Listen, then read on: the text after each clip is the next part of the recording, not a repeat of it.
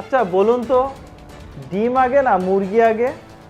Sir আসলে আমার জানা মতে মোরগ আগে। আপনাকে আরো লোক ফেলতে হবে। এবার কাদেরকে ফেলবেন বলুন, দ্রুত বলুন। একজন আমার পেটের সন্তান আর একজন আমার স্বামী। আমি কাউকেই ফেলতে পারবো না স্যার, আপনি এই ইন্টারভিউ বন্ধ করুন। এই নেক্সট কে ডাকো। আপনি ইন্টারভিউ দিতে এসেছেন নাকি? চাকরি করবেন?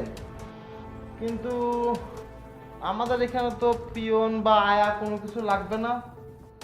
আমরা তো ম্যানেজার পদে চাকরির জন্য পোস্ট করেছি, তাই না স্যার? স্যার ম্যানেজার পোস্টের চাকরির জন্যই আমার আশা।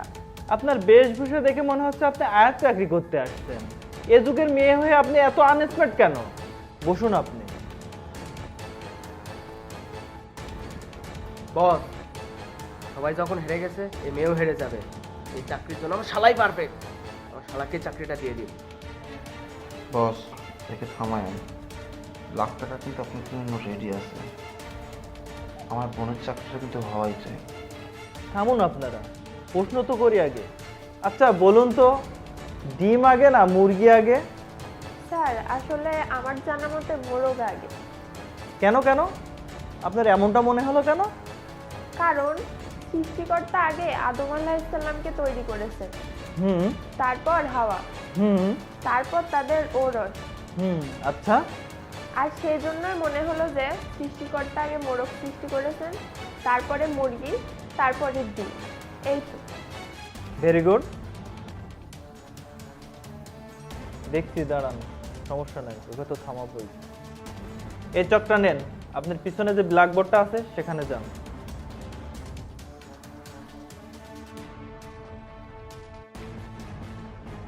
মনে করুন স্পিড বোর্ডে করে আপনি সেন্ট মার্টিনে ঘুরতে গিয়েছেন এই মানুষগুলোর সাথে। হঠাৎ করে তুমুল ঝড়, বোটের ড্রাইভার বলল যাত্রী কমাতে হবে। আপনি তখন এদের মধ্যে কাকে আগে ফেলবেন? তার নাম কাটুন।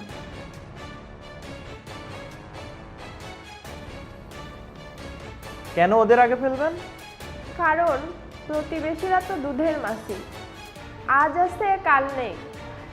আজ আমার সামনে সুনাম করবে তো কাল আমার পিছনে গীবত গাইবে।